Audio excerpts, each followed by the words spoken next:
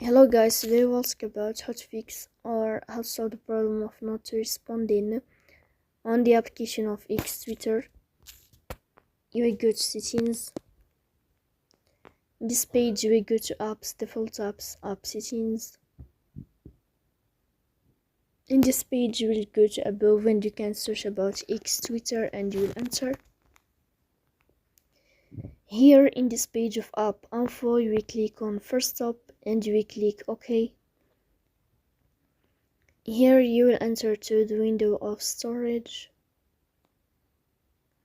Then we click on clear cache, but pay attention, don't click clear data because that can delete your account. In the end you can turn off your phone and you can wait a moment to restart your phone again. So please don't forget to support us by like and subscribe. See you next time and thank you for your watching.